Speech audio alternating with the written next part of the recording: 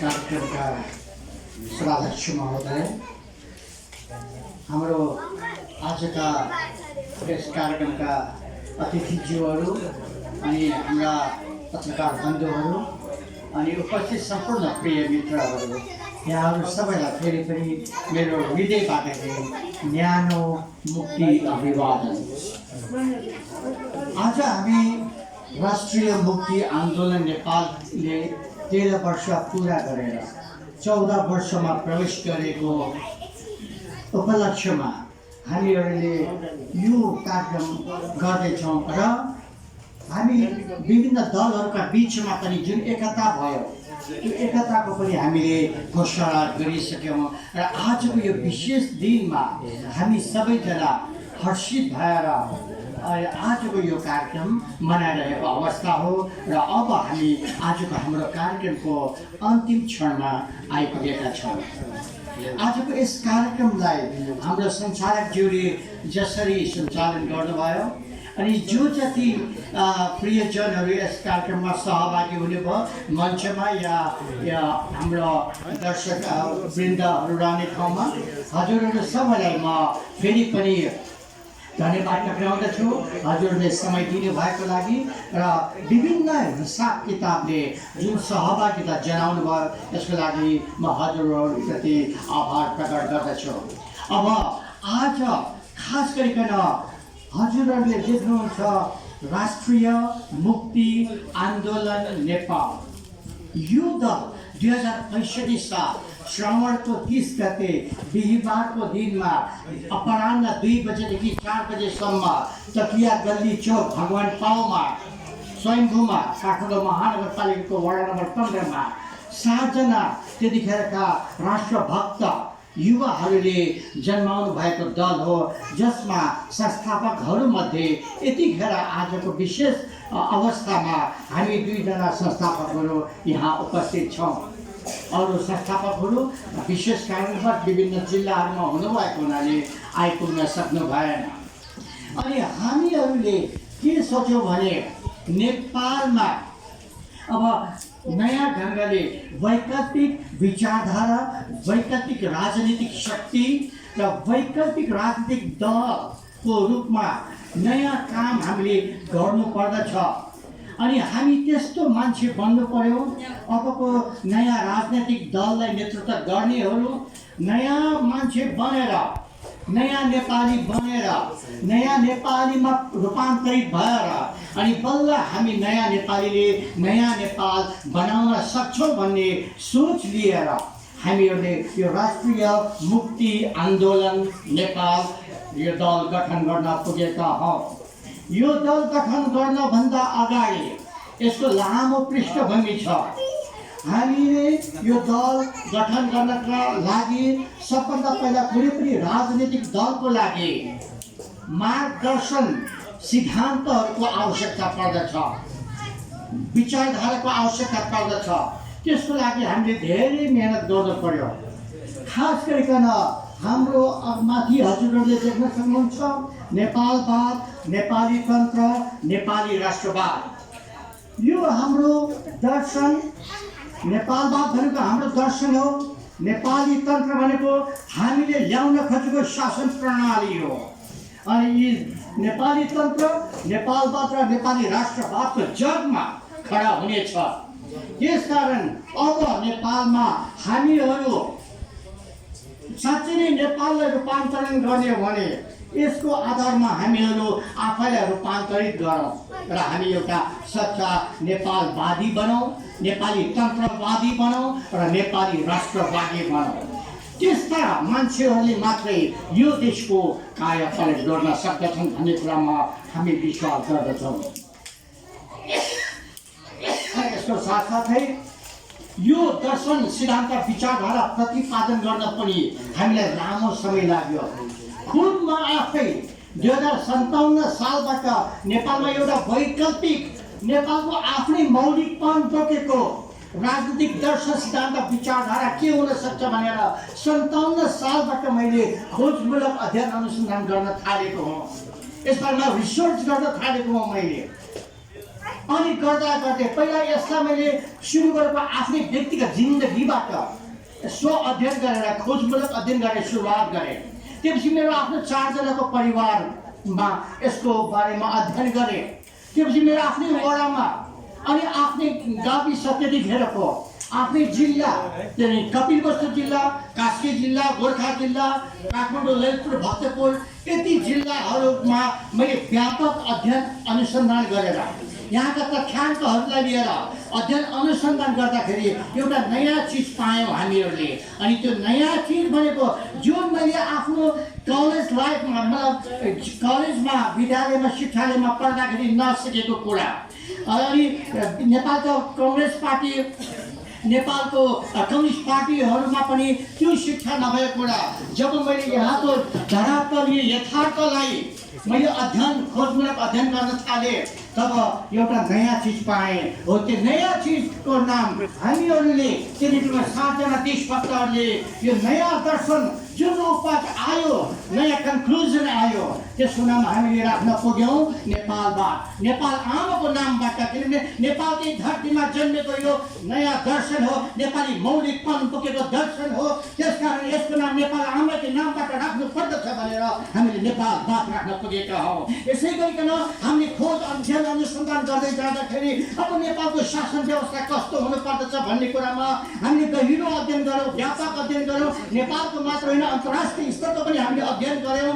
अनि विश्वका विभिन्न मुलुकहरूको अध्ययन गर्दै जाँदाखेरि नेपालको सन्दर्भमा, नेपालको सापेक्षतामा, नेपालको धरातलीय यथार्थमा एउटा नयाँ चिज जन्म्यो। यहाँ जुन मैले सोचेकै थिएन, कल्पना गरेकै थिएन, न त हाम्रो साथीहरूले सोच्नु भएको थियो, नयाँ चिज जन्म्यो। त्यो नयाँ चिज भनेको अब नेपालमा कम्युनिस्टहरूको शासन व्यवस्था होइन, राजतन्त्रको शासन व्यवस्था होइन, नेपालमा प्रजातान्त्रिक व्यवस्थाको जुन काङ्ग्रेसीहरूको शासन व्यवस्था होइन, बलिस पार्टीको शासन व्यवस्था होइन, तर नेपाली तन्त्र नेपालीको आफ्नै स्वामित्व अनुक्त भएको आफ्नै खालको शासन पद्धति नेपालमा चाहिन्छ। वडादेखि केन्द्रसम्म भनेर नयाँ पद्धति, नयाँ प्रणालीको जन्म भयो, जसको नाम हामीले नेपाली तन्त्र राख्यौँ।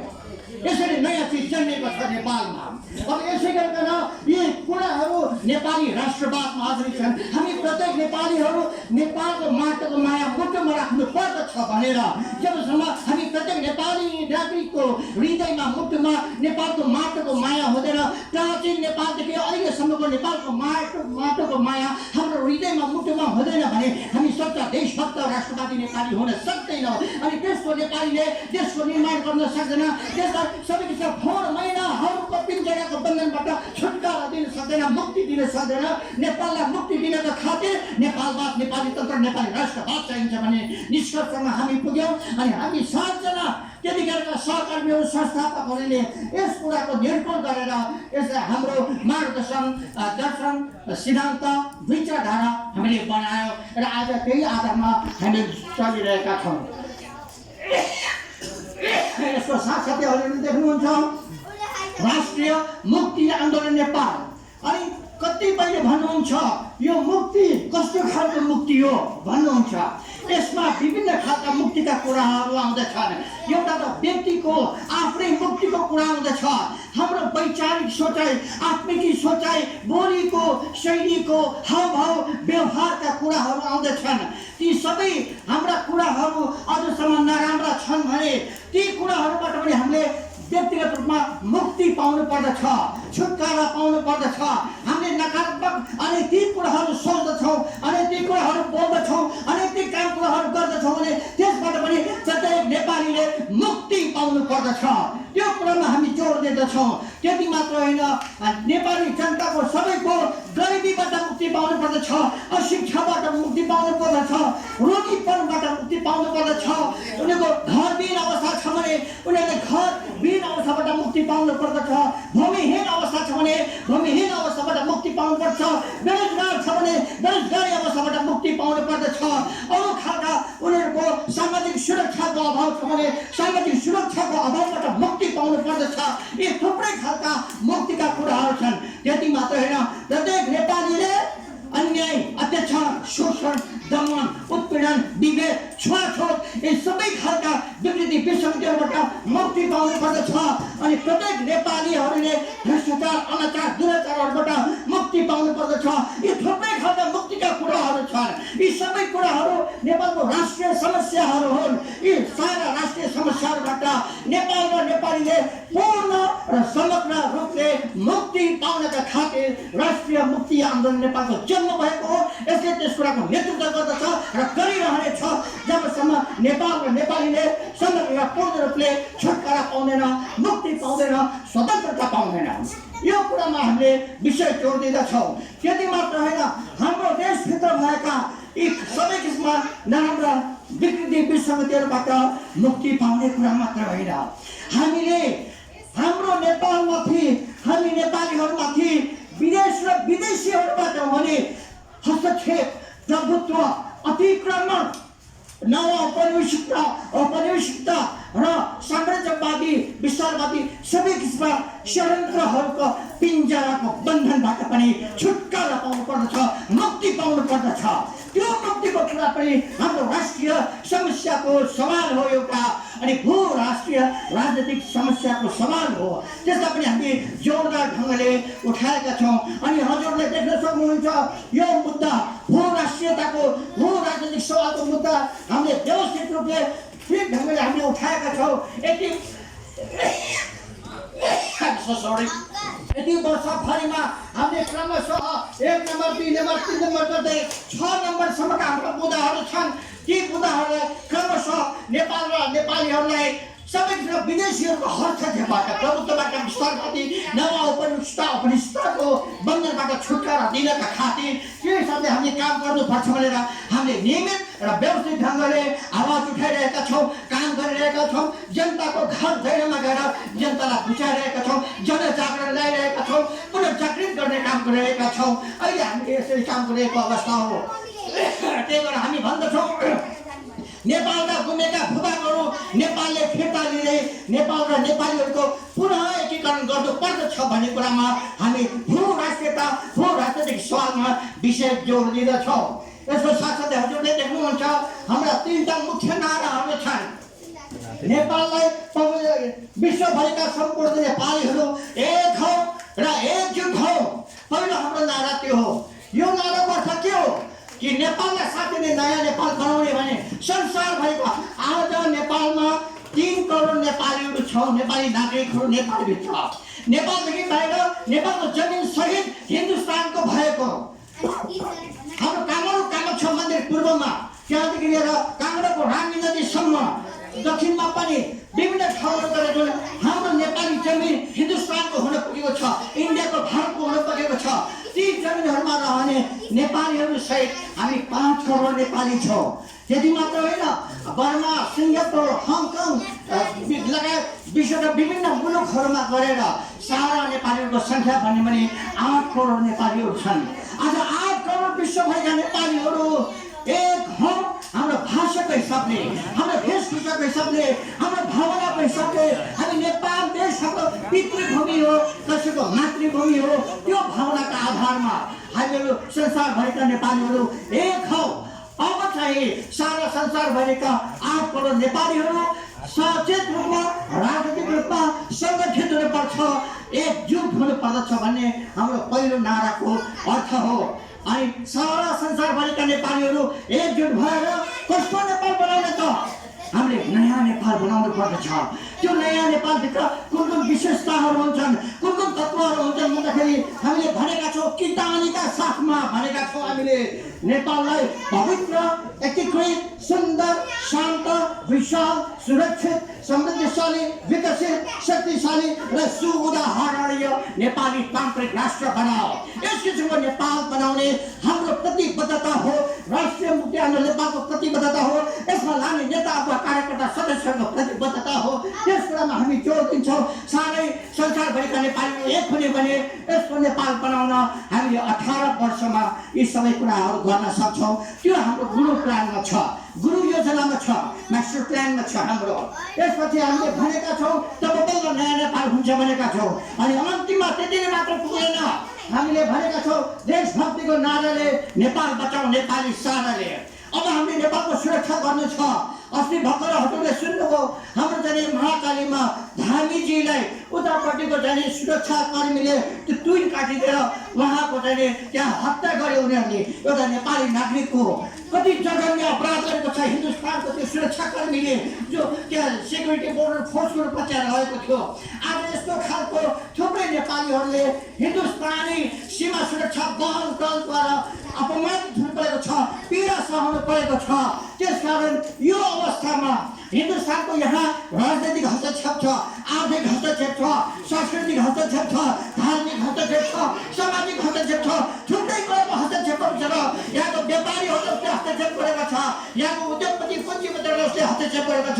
हामीलाई फस्टाउन दिन्न, हाम्रा योजनाहरूको उसले हस्तक्षेप गर्छ, हाम्रा योजनाहरूलाई सम्पूर्ण ढङ्गले अगाडि बढाउन दिन्न। त्यसकारण यहाँ हामीले हाम्रो देशको रक्षा पनि गर्नु छ, नेपाली जातिको रक्षा पनि गर्नु छ। त्यसकारण देशभक्तिको नाराले नेपाल बचाओ नेपाली साराले भनेर हाम्रो देशको नारा हो। अनि यस्तो खालको नारा हामीले राष्ट्रिय मुक्ति आन्दोलन नेपालले दिएका छौँ। त्यसकारण आज अब धेरै समय छैन, यस्तै कुराहरू पछिल्लो अरू बेलामा पनि हामी बताउने नै छौँ। आज धेरै एकदमै छोटकरीमा हजुरहरूलाई मैले बिन्ती टक्राएँ। अनि हजुरहरूले देख्नुहुन्छ यो हाम्रो एउटा मुद्दा कि पहिला हाम्रो नेपाल सुगौली सन्धि हुने बेलासम्म 1814 मार्च महिनासम्ममा हाम्रो नेपाल 3,68,000 किलोमिटरको थियो। त्यतिखेरसम्म हाम्रो नेपालको भू क्षेत्रको क्षेत्रफल हाम्रो एरिया त्यति थियो।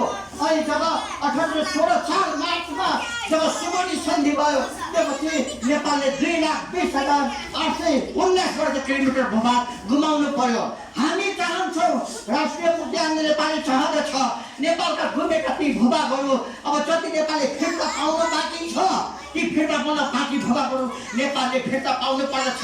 हिन्दुस्तानले नेपाललाई फिर्ता दिनु पर्दछ। ब्रिटिसहरूले पनि, किनभने ब्रिटिससँग भएको सम्झौता हो, ब्रिटिसहरूले पनि यसमा हस्तक्षेप गरेर ब्रिटिसहरूले, बेलायतीहरूले, अङ्ग्रेजहरूले यो सन्धिलाई सकारेर उनीहरूले नेपालको भूभाग नेपालकै हो, उनीहरू नेपाललाई सम्बोधन भनेर ब्रिटिसहरूले पनि ब्रिटिस सरकारले पनि भन्नुपर्दछ। अनि त्यो आधारमा हिन्दुस्तानले नेपालको भूमि नेपाललाई फिर्ता गर्नुपर्दछ। अनि यो भूमिको सीमाको समस्या सदाको लागि अन्त हुनु पर्दछ। हामीले यो कुराहरूलाई आज 13 वर्षदेखि व्यवस्थित रूपमा उठाइरहेका छौँ। अरू दलहरूले यता त्यता कहिले काहीँ मात्रै अकेजनली उनीहरूले उठाउने गर्छन्। जब सीमामा पनि दखलअन्दाजी हुन्छ पारिपट्टिबाट बल्ल उठाउने गर्छन्। तर हामीले त 2065 साल साउनको 30 गतेबाट निरन्तर उठाउँदै आएका छौँ। किनभने हाम्रो रगतको रोगमा देशभक्तिको भन्ने भावना छ, हाम्रो मुटुमा नेपालको माटोको माया छ। केवल यस कुरालाई हामीले व्यवस्था विविध ढङ्गले हामीले नियमित रूपमा उठाइरहेका छौँ। त्यसैले आज हजुरलाई यति कुरा बिन्ती टक्राउँदै, यति कुरा बताउँदै आज हामी नयाँ ढङ्गले राष्ट्रिय मुक्ति आन्दोलन नेपाल भन्ने दल 2065 सालको कार्तिकको 27 गते हामीले हाम्रो दललाई त्यतिखेरको निर्वाचन आयोगमा पहिलोचोटि जानकारीको लागि हामीले दर्ताको लागि दिएका छौँ। त्यसपछि हामीले विभिन्न चुनावहरूमा भाग लिँदै आयौँ। हो, हामीले सङ्घीय संसदमा पुग्न सकेनौँ, प्रदेश संसदमा पुग्न सकेनौँ। तर अचम्मको कुरा छ, हामीले जतिवटा चुनावमा जसमा भाग लियौँ, नेपालको कुनै पनि भोट हाल्ने ठाउँमा बाकसमा हाम्रो खाली भएन, कुनै पनि ठाउँमा खाली भएन। सबै ठाउँबाट हामीले एउटा दुईटा भोट, 10-12वटा भोट, 1000-2000 भोट आइरहेको थियो जतासुकैबाट। हामी पुग्न नसके तापनि यो किन हो? किनभने बिस्तारै यो देशभक्तिको भन्ने भावना, देश प्रेमको भन्ने भावना बिस्तारै सञ्चार हुँदैछ र प्रत्येक नेपालीको मन मस्तिष्कमा यो बुझ्दैछ, पस्दैछ। आज हामीहरू जो जति यहाँ छौँ, हामी सबैको कर्तव्य हो यो राष्ट्रिय मुक्ति नेपालले जो विचारधारा लिएको छ, दर्शन सिद्धान्त लिएको छ, यसलाई अब हामीले अँगालौँ। हजुरहरूले भन्नु होला। अब अन्तिममा म भन्दैछु, अरूले हामीलाई आरोप लगाउँछन् तिम्रो कम्युनिस्ट हो कि काङ्ग्रेस हो कि राजावादी हो कि मधेसवादी के हो तिम्रो भन्न सक्छन्। हामी न मधेसवादी हौँ, न राजावादी हौँ, न काङ्ग्रेसवादी हौँ, न साम्यवादी, समाजवादी, नयाँ जनवादी केही पनि होइनौँ। हामीहरू के हो? हामीहरू नेपालवादी हौँ, नेपाली तन्त्रवादी हौँ, नेपाली राष्ट्रवादी हौँ। नेपालको मार्गको सुरक्षाको लागि प्रत्येक नेपाली जनता, नेपाली नागरिक, नेपाली जाति जो सदस्य विदेशभरि छरिरहेका छन् सबैको रक्षा गर्नु हाम्रो कर्तव्य हो। सबैको हक हित अधिकारको लागि अगाडि ल्याउनु हाम्रो कर्तव्य हो। एउटा महान दर्शन लिएर महान भिजन मिसन र एक्सन प्लान सहित हामीहरू अगाडि आएका छौँ। हामीहरूले नेपालको विकासको लागि 18 वर्ष गुणयोजना बनाएका छौँ। 18 वर्षमा कुनै पनि प्राकृतिक प्रकोपहरू भएनन् भने, नराम्रो दुर्घटनाहरू निम्तेन भने, 18 वर्षमा राष्ट्रिय मुक्ति हाम्रो नेपाललाई नेपाली जनताले बहुमत र सत्तामा पुर्यायो भने 18 वर्षमा नेपालको काया पलट गरिदिन्छौँ भने हाम्रो प्रतिबद्धता हो। यदि हामीले ठोकका साथ भन्न सक्छौँ हामीसँग त्यस्तो मास्टर प्लान छ, त्यो भिजन छ, मिसन छ, एक्सन प्लान छ, जुन पछि हामी हजुरलाई बताउने छौँ। यति भन्दै आजको हाम्रो यस कार्यक्रममा यो शुभकामना आदान प्रदानको कार्यक्रम र दलीय एकताको घोषणा सभामा हजुर सबैजना जसरी आफ्नो ढङ्गले सक्रिय सहभागिता जनाउनु भयो, हजुरलाई म फेरि पनि आभार प्रकट गर्दै धन्यवाद प्रकटाउँदछु।